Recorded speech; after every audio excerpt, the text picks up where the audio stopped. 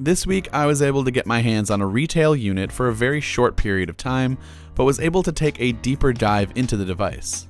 Starting off with the design, and the very first thing that I noticed, which I didn't really get a chance to notice the first time I held the Note 8, was the weight of the device. I'm not sure why, but it definitely felt like the Note 8 weighed a lot more than phones that I've been using all week, including the S8 Plus. So this isn't a bad thing by any means, but something that I noticed right away. Speaking of the S8 Plus, the Note 8 and the S8 Plus obviously share a very similar design, and some might even say that the Note 8 is just a bigger S8 Plus and with a stylus. While I don't entirely disagree with that sentiment, there is a bit more of the design of the Note 8 that meets the eye. Obviously, the phone is taller and wider than the S8 Plus, but there is something about holding the Note 8 over the S8 that just feels right. I'm not sure if it's the added width that makes the phone feel a bit more flat, even though there are tons of curves all around the Note.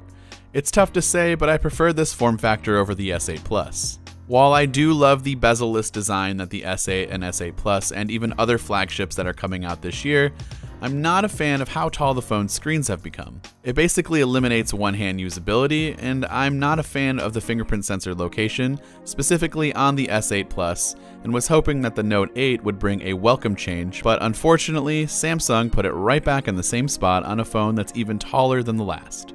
Now, I did get used to it on the S8 Plus, and I'm sure I can do the same with the Note 8, but I'm still not a fan of this location. Finally, the last thing worth mentioning about the design is, of course, the return of the dedicated and non-reroutable Bixby button. Samsung did announce some cool features that Bixby is learning, but I will have to test that out when I get my own official unit in the coming weeks. I was also unable to test out the camera, and more specifically the new dual camera system, and the interesting take that Samsung took on portrait mode, in which you can edit the background blur during the photo and after you have already taken the photo. I will, however, test out all the camera features in a separate video in the weeks to come, so make sure you subscribe so you don't miss that video. What I was able to do was get a deeper look at the software, and of course the S Pen and all of its features. Before we dive into the S Pen, let's talk about the overall performance of the device. This really should come at no surprise, but the Note 8 is going to be a beast of a phone. I've experienced very little lag over time with the S8 Plus, and I expect the Note 8 to perform the same. The increase in RAM from 4 to 6 GB should also help. In terms of software changes, not a whole lot is different from the S8 or the S8 Plus. You still have your People's Edge and Edge lighting features, the ability to change your resolution from FHD Plus to WQHD Plus, customize the navigation bars, color, or button layout, customize your device entirely with Samsung Theme Store, and even take more control of your device under advanced features like double press the power button for your camera app and control the notification shade with fingerprint sensor gestures. So if you're new to Samsung phones and you want the ins and outs of the software, you can go ahead and check out my video outlining the S8 Plus software, which we know is actually very similar. I will leave a link in the description down below. Finally, the S Pen is what makes the Note 8 stand out from the crowd, and so it's only right that we go through all of the features that the S Pen is capable of. First off, the design of the S Pen has not changed from its brief life of the Note 7 to the Note 8, but it has changed from the Note 5. Thankfully, you can't damage your phone by putting the S Pen in backwards, and the clicky top is still a thing, and there is a button located towards the tip that can bring up your S Pen menu. You can also customize said S Pen menu under the S Pen settings.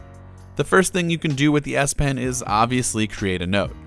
Jotting down notes, whether it be for work or even personal lists, can be much more efficient than typing sometimes. And of course, you can also write notes and pin them to your lock screen so you never forget an upcoming task. Smart Select lets you take a screen grab of a specific part of the screen, and you can crop your selection in a few different shapes and sizes. There is also an option to turn your selection into a GIF if necessary.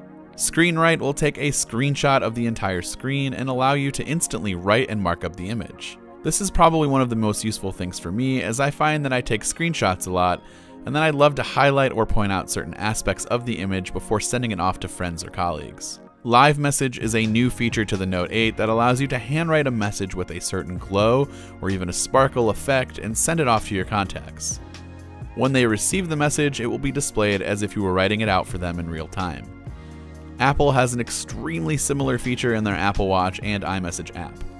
I don't quite see the point of this, and I rarely used it with Apple's iMessage, and so I'm probably not going to use it here, but for those who want it, it is available. Translate is probably going to be the most useful and underrated feature for those worldly travelers and business people. By hovering over any text that you have on your screen, the S Pen will translate the text in real time for you without having to really do anything. There's even a quick option to listen to the pronunciation of the word. Another cool translate feature is the real-time currency conversion.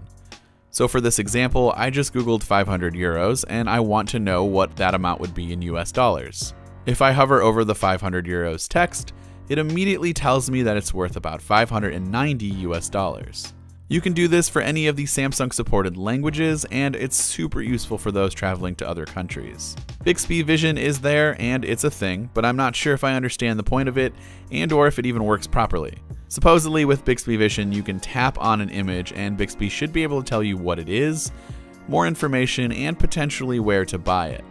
It didn't really work for me at all, and it's something I most likely will also never use. For those who don't know, there is a pretty large community of artists in the PenUp app, where you can either color preloaded images on your phone or create your own artwork and share it within the app's social network. Now I myself personally enjoy the coloring aspect, as I am not an artist by any means.